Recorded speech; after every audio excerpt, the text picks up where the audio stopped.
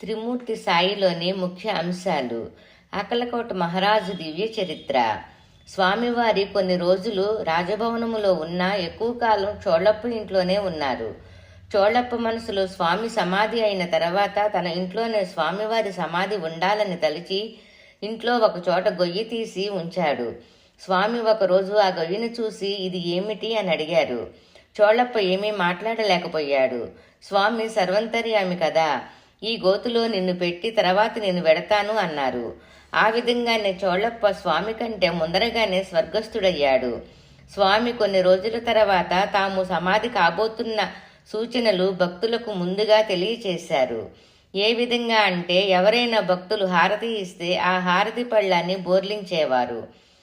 ఒక జంగాల మఠానికి వెళ్లి అక్కడ ఉన్న శివలింగాలను తెప్పించి భుజంగి అనే భక్తుడి చేత ఆ లింగాల మీద 500 పిడకలు పేర్పించి వాటికి తామే స్వయంగా నిప్పు పెట్టారు.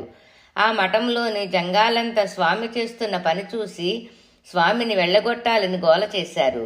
స్వామివారు ఏమీ చెలించలేదు. మరుసటి ఉదయం భుజంగి చేత ఆ బూడిదను తొలగించమన్నారు.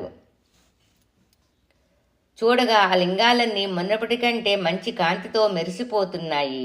అంటే తాము సమాధి అయిన తర్వాత కూడా తమ శక్తి ఆ విధంగా ప్రజ్వరిల్లుతుందని భక్తులకు తెలియచేశారన్నమాట. ఓం శ్రీ అక్కలకోట మహారాజు ఏ నమః.